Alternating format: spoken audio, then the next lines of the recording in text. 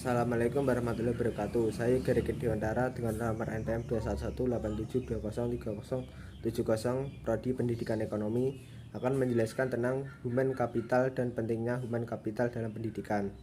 Pendidikan sebagai investasi. Teori human capital dan kaitannya dengan pendidikan.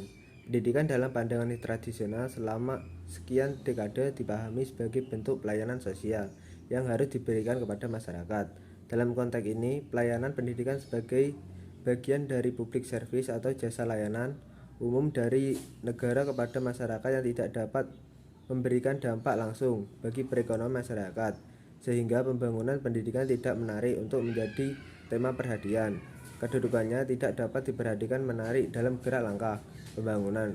Cara pandangan ini sekarang sudah mulai tergusur jalan dengan ditemukannya pemikiran dan bukti ilmiah akan peran dan fungsi vital pendidikan dalam memahami dan memosisikan manusia sebagai kekuatan utama sekaligus persyaratan bagi kemajuan pembangunan dalam berbagai sektor. Dalam teori ekonomi klasik yang digagas oleh Adam Smith, Wealth of Nations tahun 1776, human capital yang berupa kemampuan dan kecakapan yang diperoleh melalui pendidikan, belajar sendiri, dan belajar sambil bekerja. Pendidikan tersebut memerlukan biaya yang dikeluarkan oleh bersangkutan. Peroleh keterampilan dan kemampuan menghasilkan tingkat balik atau rate of return yang sangat tinggi terhadap penghasilan seseorang.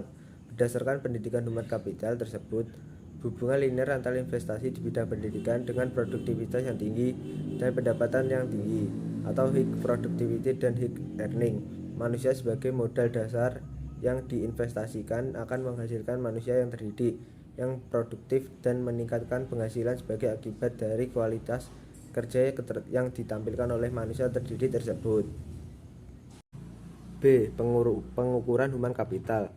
Menurut Mary J. Bowman, perbedaan pendapat tersebut bersumber pada dua hal, yaitu pertama mengenai persoalan apakah kapital atau human capital itu sebagai persediaan atau store, ataukah sebagai input terhadap produksi.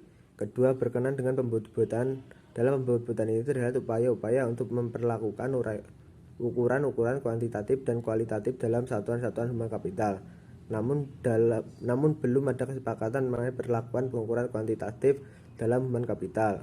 Suatu ukuran pendidikan yang diwujudkan dalam labor force dapat digunakan untuk menambah kualitatif dan kuantitatif. Komponen-komponen pendidikan kemudian menjadi variabel yang spesifik yang dapat dibandingkan dengan kapital fisik dan ukuran angkatan kerja dalam pertumbuhan ekonomi. Sebagai konsekuensinya, maka satuan kapital didefinisikan dalam pengertian yang terbatas, yaitu dalam labor force, yang dapat diukur dengan beberapa cara, antara lain sebagai berikut. Yang pertama, number of school year. Yang kedua, infinity and quantity and unita. Ketiga, base year living and the income. Yang keempat, average on the two base year real school. Yang keempat, apronity on to cornell cons. Ada beberapa persoalan pengukuran pembentukan human capital menurut pendekatan dasar biaya. Ukuran-ukuran pembentukan kapital itu menemui beberapa kesulitan, antara lain sebagai berikut. 1. Berkenaan dengan masalah kompleks hubungan antara konsumsi dan investasi. 2. Berkenaan bagaimana memerlukan pengangguran dalam memperkirakan opportunity cost. C. Pendidikan sebagai investasi. Para penganut teori human capital berpendapat bahwa pendidikan adalah investasi sumber daya manusia yang memberi manfaat moneter atau non-moneter. Manfaat non-moneter dari pendidikan adalah diperolehnya kondisi kerja yang lebih baik, kepuasan kerja, efisiensi konsumsi, dan kepuasan menikmati masa pensiun, dan manfaat hidup lebih lama karena peningkatan gizi dan kesehatan. Manfaat moneter adalah manfaat ekonomis, yaitu berupa tambahan pendapat seseorang yang telah menyelesaikan tingkatan pendidikan tertentu dibandingkan dengan pendapatan lulusan pendidikan bawahnya, atau McMahon dan Geschke tahun 1982. Investasi secara umum dimaksud untuk meningkatkan nilai ekonomis di masa mendatang dari barang atau jasa yang diinvestasikan melalui berbagai bentuk upaya dan pengorbanan yang dilaksanakan dalam masa sekarang. Pemerintah berupaya meningkatkan mutu pendidikan agar kelak akan memperoleh sumber daya manusia yang mampu menguasai keahlian dan keterampilan. bekerja secara personal serta menghasilkan karya yang bermutu sehingga SDM dapat memberikan peranan dan pembangunan. Pada umumnya, investasi keluarga, masyarakat, misalnya swasta, dan pemerintah dalam bidang pendidikan bersifat saling melengkapi. Misalnya kebutuhan suatu negara yang untuk investasi pendidikan juga sangat besar, sehingga wajar jika investasi pendidikan tersebut ditanggung bersama. Dalam penjelasan berikut akan dibahas masing-masing investasi seperti tersebut di atas, namun karena keterbatasannya data, maka pembahasan besarnya di investasi, khususnya yang telah dilakukan oleh swasta dan rumah tangga, tidak digambarkan secara rinci. Berikut ditampilkan perbandingan investasi pendidikan dalam dilakukan oleh pemerintah. D. Investasi pemerintah. Investasi pemerintah oleh pemerintah mencakup pembangunan dan pemeliharaan yang mencakup pembangunan dan pemeliharaan gedung-gedung sekolah, penyediaan peralatan, pembayaran gaji guru, penyediaan anggaran meningkatkan kualitas guru, dan lain-lain. Sementara ini, program-program pemerintah dalam pembangunan sektor pendidikan baru dapat dipandang sebagai fungsi pemerintah untuk menyediakan sarana pelayanan umum yang cenderung tidak profit-center, seperti investasi produktif.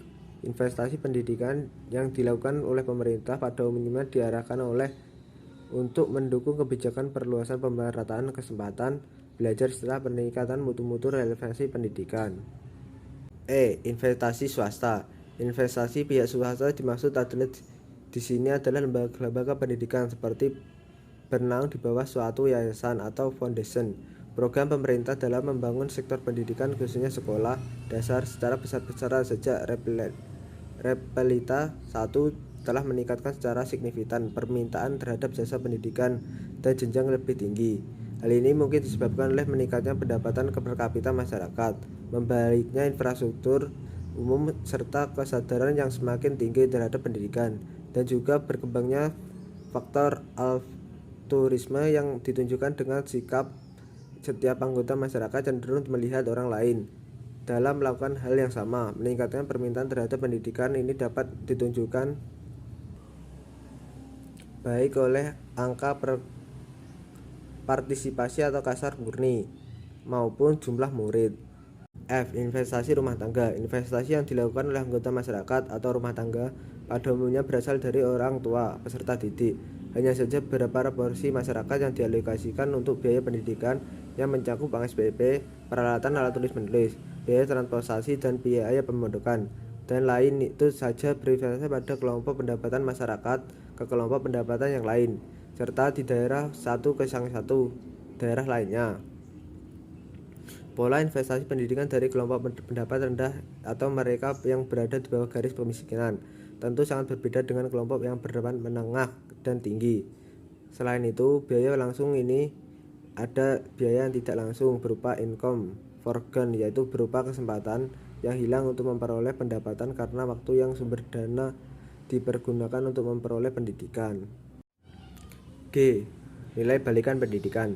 Pengembangan SDM melalui pendidikan menyokong secara langsung terhadap pertumbuhan ekonomi, dan karenanya pengeluaran untuk pendidikan harus dipandang sebagai investasi yang produktif dan tidak semata-mata dilihat sebagai sesuatu konsumtif tanpa manfaat baliknya yang jelas atau rate of the return.